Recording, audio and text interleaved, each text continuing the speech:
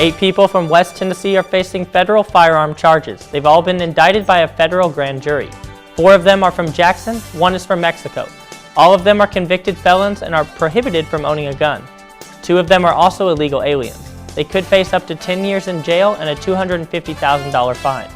Governor Haslam has pushed industrial development and more jobs during his 7 years in office. He's led the celebration of 600 new industrial jobs in West Tennessee. 2 new production lines are about to begin at Monogram Refrigeration in Selmer. That's brought 200 new jobs to McNairy County. GE Appliances is the parent company. More than $9 million has been invested in the facility. Next week, we'll be hearing plenty of budget talk from school board members. They've already had discussions with the County Budget Committee on next year's spending plan, which may top $105 million. School Superintendent Eric Jones will address the budget at Monday night's work session that begins at 5 o'clock. New County Commissioner Jeff Wall says he intends to hit the ground running. Wall and 3 other challengers upset 4 veteran commissioners in Tuesday's election. He is an advocate of better school safety procedures and plans to support more than just minimum funding for local schools. Well, the one thing that I think that we're lacking, obviously, is funding. We need more funding, and the governor and the governor's office has offered several different grants that are coming out. If you have a child entering Jackson-Madison County schools, you can get a head start on next year. The Parents Conference is scheduled Tuesday at People of Hope Church on Wallace Road.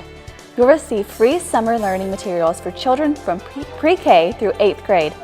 Parents will share ideas to encourage learning at home and in the community. A Parent Academy Appreciation Lunch will be provided to parents and caregivers who have attended Parent Academy sessions. Tennessee is one of the top 10 states for teacher burnout. Our own Dr. Julian says teachers need to take more time for themselves during the summer. Senior citizens have a big day in Jackson next week. It's West Tennessee Healthcare's 4th annual Senior Women's Conference. The event is from 9 to 2:30 next Thursday at the Carl Grants Event Center on the campus of Union University. The theme is Blossoming into a Better You. It's for women 50 and older. The keynote address is from motivational speaker Lisa Clemens. In Lexington, the issue of adding county school resource officers is still up in the air. A referendum on funding the safety officers was scheduled for the August primary, but the Attorney General has ruled that vote would be a non-binding referendum. He says you can't do that unless the legislature agrees to it. Nothing like a mess over picking a head football coach to put your job in jeopardy. But that's what happened to University of Tennessee Chancellor Beverly Davenport. She'll be out of a job July 1st. She's being blamed in part for the fiasco that saw Tennessee renege on hiring former Rutgers coach Greg Schiano as UT's head football coach. The university sent her a termination letter for unsatisfactory performance. Strawberry Week is on the way next week. The 81st annual West Tennessee Strawberry Festival will make Humboldt the unofficial capital of West Tennessee. Opening ceremonies are Monday night at Barker Stadium. Special events are scheduled all next week. The annual Grand Floats Parade and Governor's Luncheon is next Friday. Jackson Fairgrounds will be the scene of plenty of food next weekend.